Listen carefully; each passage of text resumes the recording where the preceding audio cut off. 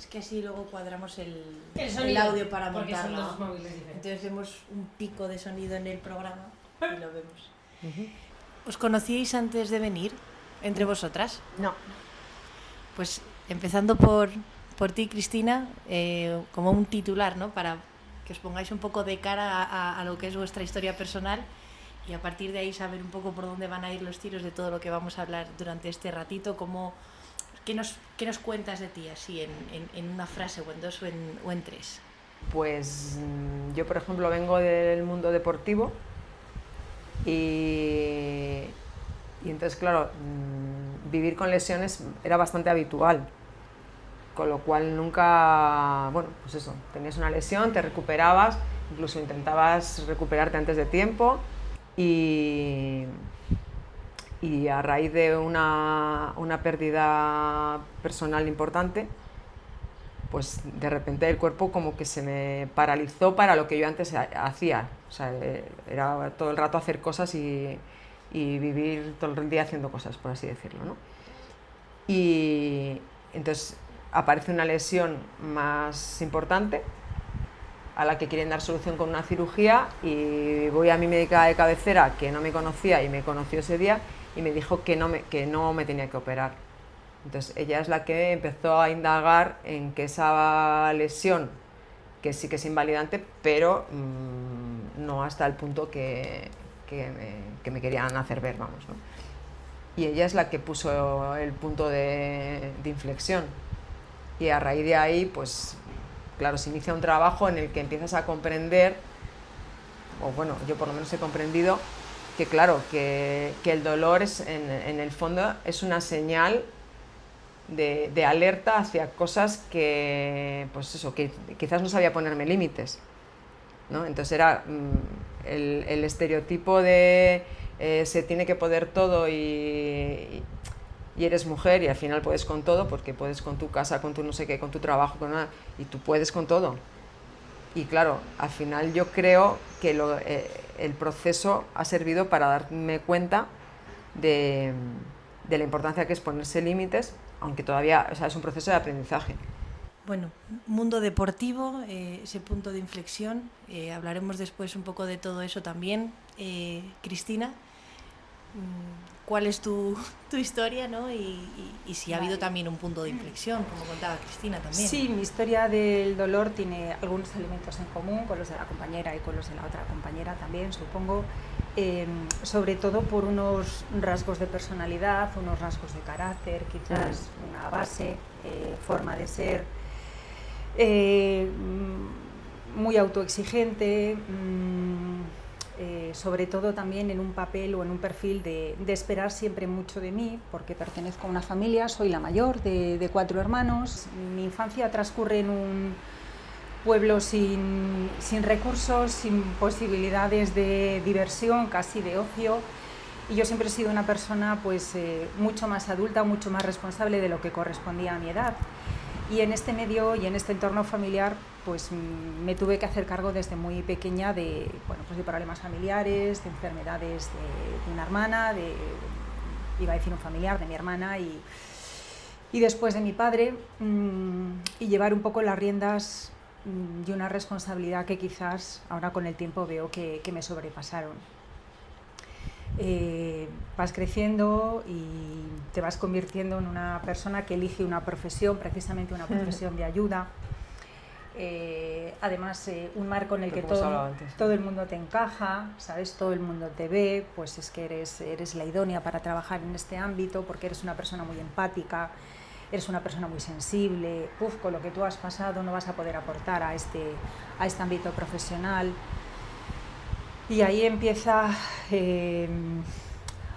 ahí empiezo realmente a tener el comienzo, ¿no?, de la madeja de mi historia de dolor. Bueno, ¿nos quedas tú, Teresa? Cuéntanos.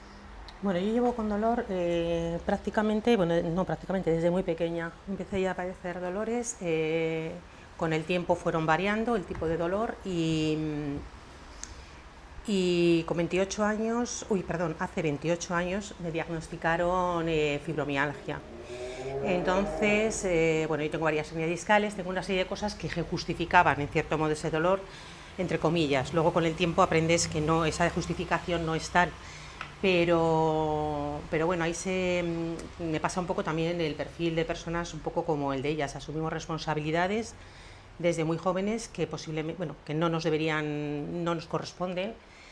Luego en mi trabajo también siempre he tenido trabajos en los que he sido un poco mando intermedio, que llaman, ¿no? Esos puestos bisagra, que estás entre una zona y otra, con lo cual llevan también bastante estrés. Pero empecé tan pronto con el dolor que tampoco puedo achacar todo a esa parte. Una vez que me diagnosticaron la fibromialgia, pues para mí fue una tortura, porque a partir de ahí ya comienza un periodo en el que tienes que ir de un sitio a otro. En el momento que aparecía esa palabra puesta en mis informes, el trato era horrible. Y bueno, pues la verdad es que a mí eso es una parte que me hizo y me ha hecho muchísimo daño y que cuesta mucho superarla. Claro, yo le digo a la gente, vamos a hacer un programa con Lucía sobre el dolor, y a lo mejor se piensan que va a venir aquí la gente escayolada, que va a venir la gente no sé qué, pero estamos hablando de otra cosa radicalmente distinta. Y quiero preguntaros precisamente eso, ¿cómo se ha llevado la aceptación de vuestro dolor fuera de vosotros? Hombre, vives en una incomprensión inicialmente, o sea, una incomprensión total de todo tu entorno. Yo, mi experiencia personal, a nivel laboral ni te cuento.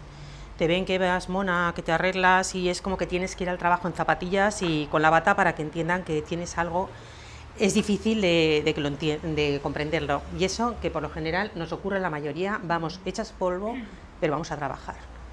Y trabajamos, porque nos lo exigimos hasta niveles que luego, aunque luego tu vida llegue un momento en el que es ir a trabajar y meterte en la cama cuando vuelves a casa, ¿eh? Y luego a nivel familiar es muy complicado, porque es lo que tú dices, ¿cómo haces entender a tu marido, a tu hijo, a tu familia en general, que lo que te ocurre cuando tú no eres capaz de comprenderlo? Y cuando ven que además, porque esto conlleva también muchos altibajos, por lo menos en mí, y sobre todo cuando el dolor es muy fuerte, es como que a veces es que tienes unas contestaciones y unas formas de que de verdad los que están a nuestro lado, yo reconozco que tengo una grandísima suerte, porque aunque no lo entiendan del todo, por lo menos han aprendido a respetarlo. Y a nivel de amigos también. O sea, me respetan mucho pues nosotros vamos de viaje y yo me tengo que ir a la cama, me voy a la cama y me voy al hotel. O si no comparto una cena o una comida porque mi cuerpo ya no aguanta más, pues me tengo que ir. Pero en el día a día, o sea, para mi marido y para mi hijo, yo creo que es muy duro. Y lo entienden desde que, bueno, yo he podido explicar un poco más, tengo las herramientas que tengo. Pero la sociedad no comprende mucho. ¿Cómo puede estar dice que se queja con el aspecto, por lo menos es mi... Es que la sociedad te ve que tiras, la sociedad solo ve que al final puedes, ¿sabes? La sociedad se queda con esa parte de que eres funcional. Lo que no saben es a qué precio, lo que no saben es la batalla que tú estás librando cada día, durmiendo de mala manera, levantándote ya con una fatiga tremenda, apareciendo el dolor o no desapareciendo en todo el día o en toda la semana.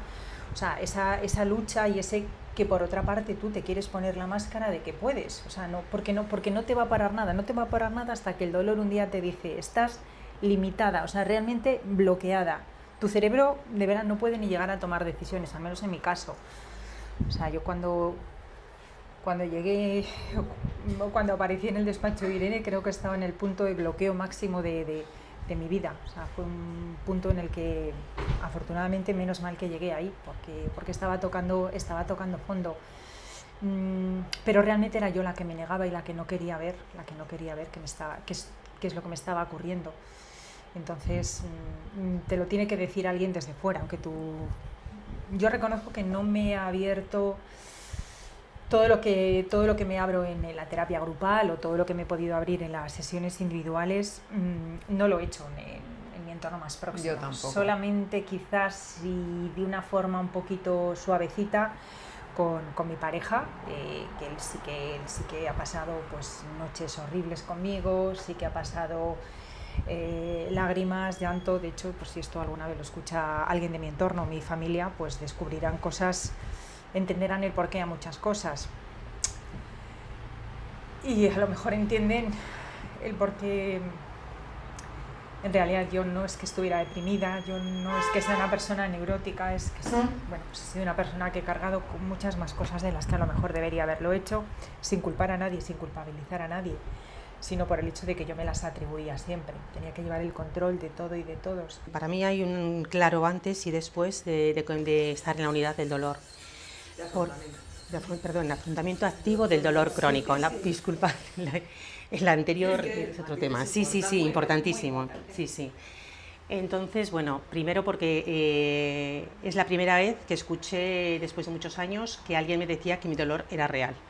Y eso para mí fue un momento muy importante y que me tocó muy dentro. Yo no diría que me acostumbro a vivir con dolor.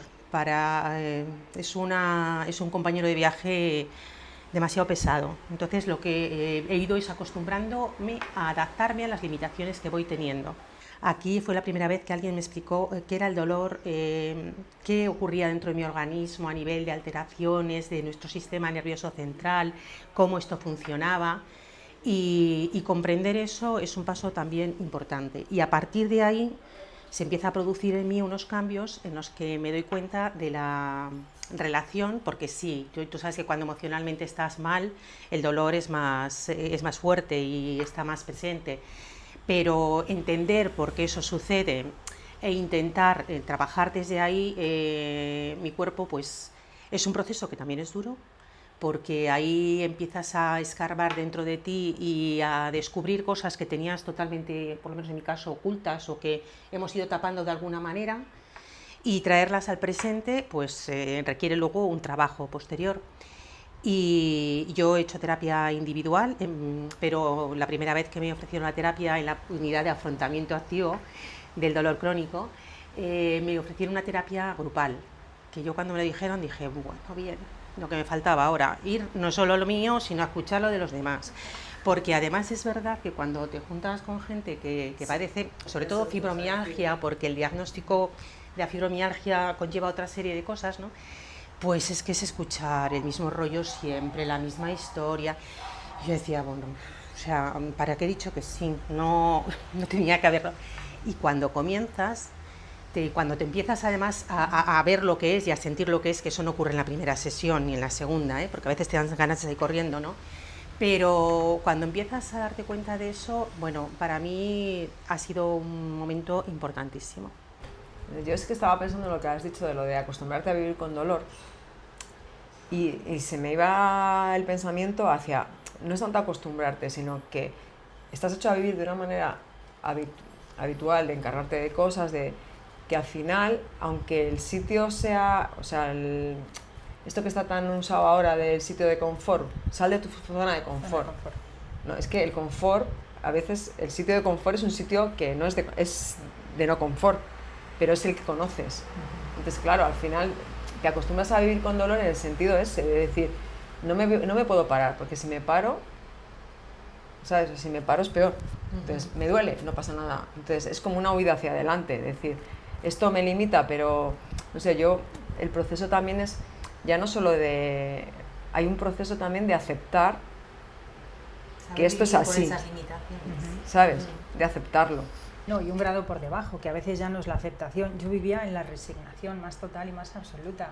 Yo no imaginaba que otra forma de vida estaba hecha para mí, que yo podía cambiar cosas, ¿sabes? Bueno, luego también está un poco, yo creo, no sé, yo creo que un poco el miedo al cambio.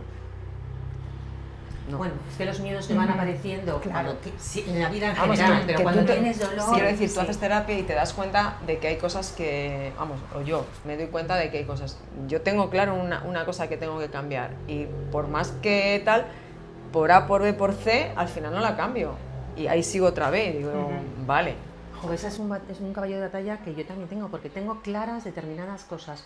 ¿Por qué? Si son para otros, esas cosas somos capaces de adaptarlas y cambiarlas, y si son para nosotras, para nuestro propio beneficio, ¿por qué no somos capaces? Porque el confort al final es, aunque te hace daño, es el confort, es lo conocido, y salirte de esta línea para allá, igual es un abismo que se te abre y dices, y entonces dices, bueno, pues, y eso luego al final te vuelve a provocar dolor, o sea, al final otra vez tu sistema interpreta lo mismo que te está haciendo daño y vuelve otra vez. y dices, sí, ya sé que esto no es, pero otra vez. Por eso es tan importante, sobre todo yo destaco las sesiones individuales en las que la terapeuta Irene es un espejo que te lanza mensajes muy claros, o sea, es muy clarividente, como te dice que hay cosas que eres tú quien tienes que cambiarlas. O sea, a lo que tú te has acostumbrado, a lo que tú llamas tu zona de confort, al final es un disconfort total. Y solamente escarbando en ti, pues sacas mecanismos y aprendes a gestionar pues cosas que has estado haciendo de una forma, bueno, pues por miedo la mayoría de las veces, por no enfrentarte a un sistema familiar, por no enfrentarte a un jefe que te está haciendo la vida imposible. A mí en este proceso también ha habido unas circunstancias laborales bastante adversas, muy adversas y muy difíciles de superar. Y bueno, pues se lo he reconocido a Irene y lo reconozco públicamente, que bueno, pues el haber pasado por la unidad me dio el arrojo para decir, me tengo que enfrentar a ello, o sea, no tengo nada que perder, o sea, solamente voy a conseguir algo si rompo, ¿vale? Si rompo ese miedo, si rompo ese bloqueo, porque al final me estaba anulando yo sola como persona y en todas las relaciones que tienes, por eso me parece fundamental el paso por la terapia individual y después por la terapia de grupo. O sea, y ahí de alguna forma se complementan, se tocan otras muchas facetas, te analizas también en tu relación con los demás. El grupo también pasas tu pequeño desierto. Sí, efectivamente, el grupo te da mucho feedback y a mí el grupo lo que me ha permitido sobre todo es hacer un buen duelo de cómo era yo antes, o sea, mira, de mi yo anterior cuando yo estaba hablando de eso, a mí me venía eso. Sí, y muchas veces me viene la frase de decir, me duele, o sea, me duele algo porque me duelo a mí misma, o sea, el duelo de echar de menos a la persona que eras, que yo ahora mismo cuando me preguntabas qué tal estás, me viene mucho la idea, y bueno, eso es gracias a la terapia. Llevo una temporada que digo, el caso es que a veces también es que idealizamos lo que éramos antes, que igual tampoco era tan, no sé si me explico, ¿sabes? Sí. Que dices tú, pues yo qué sé, claro, también tenías menos años, o sea, hay muchas cosas que dices, ahora no puedo hacer esto, o ahora no hago esto, ahora no, pero claro, también es la vida, o sea, quiero decir. Pero es normal, Cristina, idealizamos una cosa que dices tú, pero fíjate, tú estabas diciendo de la infancia, de no sé qué tal, entonces idealizamos, estamos hablando, me duele porque es que en el fondo he perdido lo que yo era antes, Pero claro, es que antes también a veces yo creo que las personas se crean un personaje, se crean una coraza, se crean un no sé qué, que es lo que te ha permitido salir adelante y sobrevivir y tal, pero que a la vez es lo que te ha hecho daño. O sea, es que es una cosa como muy... Sí, con aquellos mimbres, esos cestos. Claro, ahora, ¿sabes? Con estos otros... Y sin embargo estás echando de menos eso. Claro. Entonces, No, es como una cosa... No creo que yo no echo de menos quién fui. Echo de menos hacer determinadas cosas que podía hacer y que no puedo hacer ahora, porque son muchas las que cada vez se te van limitando. Es cierto que estoy retomando y haciendo cosas que había dejado de hacer. Pero desde que he comprendido qué es lo que sucede en mi cuerpo, que me parece que es vital. Sí, pero luego, por ejemplo, yo recuerdo de un día de una sesión de terapia es, bueno, tendrás que pensar o analizar qué te apetece, qué te gusta, qué quieres hacer. No sabes qué contestar.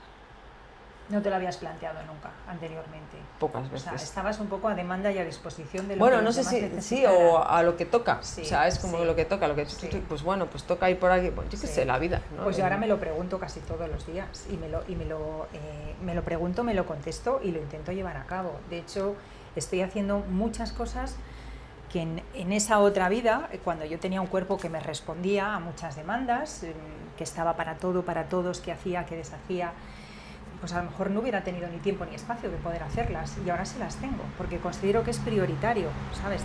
Darme caprichos, mimarme en algunos ámbitos, dedicarme un tiempo para mí, un tiempo de calidad.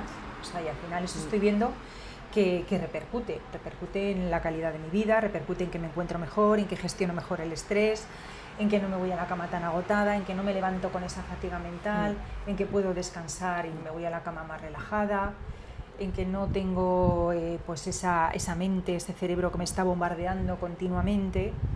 O sea, al final es... De todas formas, yo una cosa que cuando estabas diciendo tú de lo que cuando te habían dado el diagnóstico, una cosa que creo que es complicada en este tipo de, llámalo patología, diagnósticos, lo que sea, es que, claro, desde fuera es muy difícil de comprender.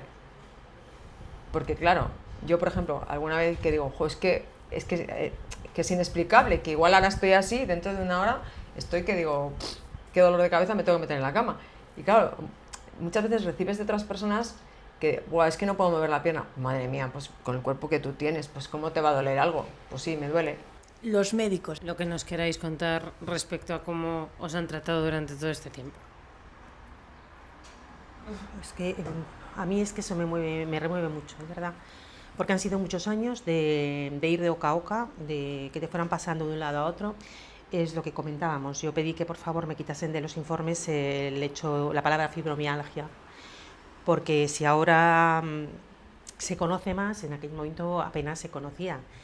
Y al final las barbaridades que tuve que escuchar de las mujeres que padecíamos fibromialgia, que se relacionaban con bastantes groserías, pues fue dificilísimo, no esa sensación. ¿A qué te refieres? O sea, porque yo tengo personas cerca, ¿no?, que padecen muchos dolores y entonces me gustaría saber, desde el desconocimiento, cuál es el proceso que atraviesa una persona, en este caso como tú, que finalmente le han diagnosticado fibromialgia después de pasar muchísimas horas en diferentes especialistas, en diferentes médicos.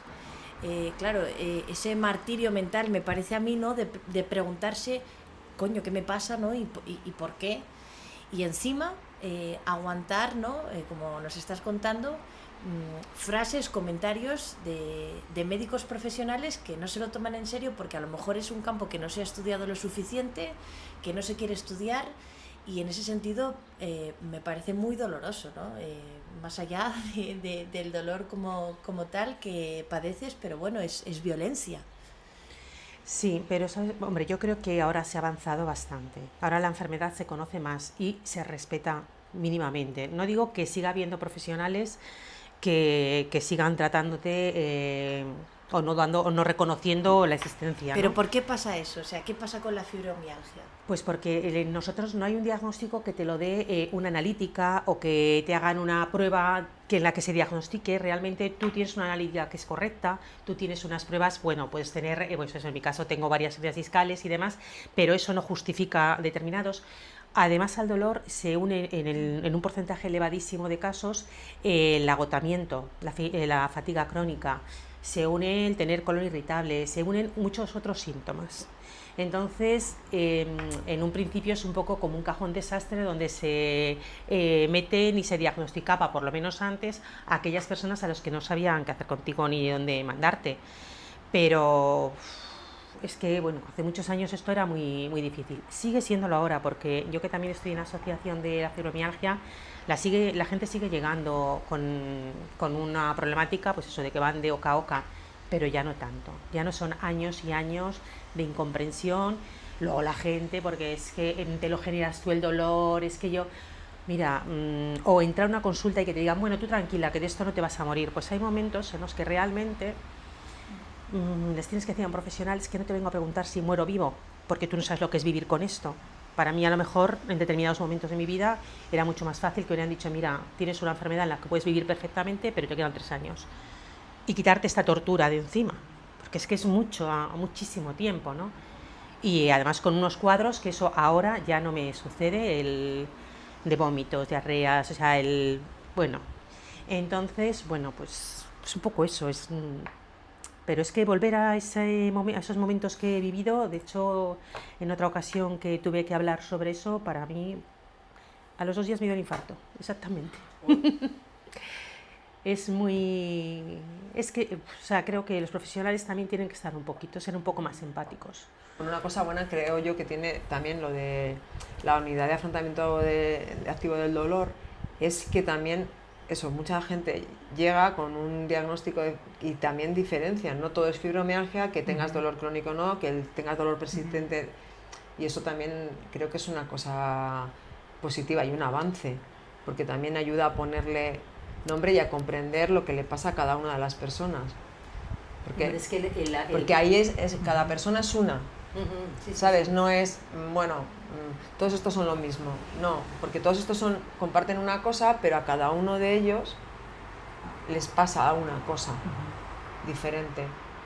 Y a mí me parece que eso es un gran avance, es otro, bueno, pues como dice Federico, es otro paradigma, es otra manera de enfocar las cosas, ¿no? De verlo Claro, a vosotras, a las Cristinas, ¿os han llegado a decir alguna grosería? Como decía Teresa, que así a grosso modo algo nos has comentado, ¿no? Pero bueno, o sea, que viene un poco fruto de la pregunta que os hacía al principio, de cuando la gente no se lo quiere tomar en serio, ¿no? No sé si en ese sentido a lo mejor habéis recibido comentarios tan dañinos. Que tú decías, por ejemplo, ¿cómo te va a doler la pierna si con lo bien que estás, ¿no? Sí, bueno, sí, digo, con ese cuerpo que tienes y tal, que también es verdad que fue un poco el detonante, ¿no? Cuando una médica que no te conoce te ve entrar por la puerta y ve tu estructura y tal, y dice, no, vamos a indagar en otra cosa porque no, esto no cuadra con lo otro. Pero sí, bueno, y gente decir, bueno, no daba un duro porque acabaras el curso. Cosas así, o sea, sí, te lo dicen. Y dices tú, pues vamos, yo mi respuesta fue, pues poco me conoces. Porque realmente, precisamente, como lo que dice ella, una de las cosas, bueno, y ella, una de las cosas que cuando hablas en los grupos yo terapia grupal no he hecho, pero sí la de ejercicio físico, empiezas a hablar con uno, con otro, una cosa que tenemos en común, precisamente, yo creo que es un poco la terquedad, ¿no? Y terquedad roza un poco lo obsesivo, el control, entonces es como personas que como que ponen mucho empeño en las cosas, entonces pues precisamente le ponemos en el trabajo, le ponemos en la familia, le ponemos en no sé qué, le ponemos y que te digan eso, dices, pues bueno, pues... Sí. Y que luego también hay comentarios de gente que yo he oído respecto a la fibromialgia, decir, bueno, es lo nuevo que se han inventado para la gente estar de baja. Pues como pasa también con las depresiones, que hay gente, o sea, mucha gente se piensa, bueno, vas al médico, le dices que estoy deprimido y te dan todo el tema de la salud mental es muy delicado por eso, porque no hay una cultura, empieza a haber un poco más ahora, pero hasta hace nada no había cultura de salud mental, entonces todo el mundo se pensaba que para estar deprimido tenías que estar llorando todo el día y tirado en la cama, pero pues hay gente que tiene eso y no está tirado en la cama. Y como no se comprende, pues desde fuera lo que no se comprende se ataca. Claro. Entonces, bueno, que te duele, te estás inventando para estar de baja. Por eso yo creo que es tan importante que salgan a la luz testimonios o experiencias contadas en primera persona, bueno, como las nuestras, como las de cualquier otra compañera o compañero de la unidad. Porque al final un poco lo que yo creo que la importancia de la unidad, y el nombre ya dice mucho, ¿no? Unidad de afrontamiento activo del dolor, precisamente es el enfoque que se da a la intervención. Primero individualizando cada persona sin encorsetar lo que te pasa, tú eres tú, identificamos tus puntos de dolor. Es que no solo hay un tipo de dolor. Claro, no cuándo te pasa, por qué te pasa, cómo te pasa, durante cuánto tiempo te lleva pasando. O sea, tú eres el protagonista de tu historia del dolor, no es un diagnóstico, ni es por todo lo que hayas... O sea, llevas un poco esas riendas. Y luego otra de las claves también yo creo que es el enfoque multidisciplinar que se da, el que tengas terapia desde los fisios, desde el tema de la nutrición, desde el apoyo o el aporte psicológico, psiquiátrico, la terapia individual, la terapia grupal. Yo creo que tocar un poco todos esos puntos al final es la clave, es lo que hace, bueno, pues que este nuevo enfoque funcione y que al final cada persona seamos un poco los protagonistas, ¿no? de nuestra ayuda, o sea, seamos un poco el principal recurso para salir de este sufrimiento, que al final nadie quiere y nadie elige. Quien está dentro es porque no sabe cómo salir, no sabe cómo romper. Queríamos preguntaros cuál ha sido el mayor aprendizaje en todo este tiempo, porque evidentemente ha habido una evolución, un autoconocimiento, un aprendizaje en muchos sentidos de lo que os pasa, ¿no? ¿Cuál ha sido, con qué aprendizaje o con qué lección os quedáis? Pues la de ocuparnos de nosotras mismas, por encima, o sea, darnos prioridad a nosotras, que bueno, por lo general, la mayoría, si no todas y todos, que también hay compañeros, siempre hemos priorizado a los demás por encima de nosotras y entonces, bueno, pues ahora y también me parece importante que nos hagan ver que la solución a lo que nos pasa, o por lo menos la mejoría dentro de lo que tenemos, está en nosotras. No podemos seguir buscando y buscando y buscando porque... Sí, yo creo que el principal aprendizaje es saber que puedo ser capaz de llevar las riendas de mi vida, de tomar en cada momento las decisiones priorizándome, no aplazar, no poner fechas en el corto, en el medio. O sea, me he pasado la vida cuando esto ocurra, cuando se arregle la situación de mi padre, de mi familiar, cuando pueda, y al final es una vida con unos tiempos de espera eternos. Entonces he aprendido a vivir en el aquí y en el ahora, también con el miedo, pero el miedo controlado, de que sé que la historia del dolor, de que el dolor va a estar ahí, o sea, el dolor no va a desaparecer, esto no es un enemigo al que hemos matado, pero sí que es verdad que soy muy consciente, o me creo, o al menos a día de hoy, que voy a poder convivir con el dolor, porque he aprendido, ya sé cómo se vive, afrontando el día a día con el dolor. A mí dices que he aprendido y creo que le daría una vuelta, y es como qué me gustaría aprender, más que qué he aprendido. Y me gustaría aprender a intentar no dejarme llevar tanto por las expectativas, de que no todo tiene que estar encorsetado en una cosa ni en un planteamiento, y luego también el hecho de intentar no controlarlo todo, pero me gustaría aprenderlo. O sea, creo que he aprendido un poquito, bastante ya, pero todavía me queda un poquito de aprender a vivir sin ese hipercontrol de todo, porque claro, al final también es una estrategia que has aprendido, bueno, o yo he aprendido de hace tiempo. Entonces, no sé, un ejemplo claro es, por ejemplo, cuando yo en casa el otro día me devuelven, claro, iba a un examen, yo me lo estudiaba todo, por si acaso. O sea, era como no dar margen a ver si tal, ¿no? Es un ejemplo así muy banal, pero... Entonces, claro, yo pretendo que todo el mundo que está a mi alrededor haga eso, porque es como, haz esto porque esto es lo... Y claro, al final, cuando la otra persona, que también existe, te dice, bueno, es que no todos somos como tú. Para mí eso ha sido como un aprendizaje así, como un zasca, pero bien dado, ¿no? Decir, vamos a ver, es que no todos somos como tú. Y claro, dices tú, pues es que es verdad. A la vez que nos preocupamos en exceso por el otro, tampoco sabemos ver al otro, ¿eh? Porque el otro igual no necesita lo que tú necesitas. Yo necesito estudiarme todos los temas, pero igual ella no. Pero claro, yo para cuidarla a ella, le quiero insistir en que se lo estudie todo. Vamos, es un ejemplo muy banal, ¿no? Pero es como, al final dices, de tanto cuidarte, no te sé cuidar, porque en el fondo te estoy agobiando. Sí, pero yo creo que es un muy buen ejemplo, es un ejemplo perfecto, sobre todo en mi caso, vamos, en lo que me pasa en la relación con mi hija. Yo tengo una hija y realmente por ese exceso de querer, por ese exceso de perfeccionismo, al final me he dado cuenta de que me llegué a convertir en una madre muy poco tolerante, en una madre muy castigadora, en una madre excesivamente exigente. Y bueno, pues en todo este proceso y en todo este despertar me he ido dando cuenta de que al final, pues si quiere dejar todo para el último momento, bueno, es que es diferente a mí, al final es una persona que se tendrá que equivocar. Igual estamos aprendiendo un poco de tolerancia también, sí, ¿no? quizás sí, se tendrá que equivocar y a veces cometer errores es muy bueno, no tiene un precio tan alto como nos pueda parecer, ¿sabes? Al final tenemos que acompañar a una persona y a un ser a ser independiente y a ser autónomo, y eso es un proceso de error y de ensayo y error. Sí. Entonces esa tolerancia es eso, no solo hacia nosotros mismos, sino también un poco hacia el entorno. Pues ya está. Ya podéis relajaros un poquito. ¿Qué tal? Sí. A mí me ha parecido la hostia.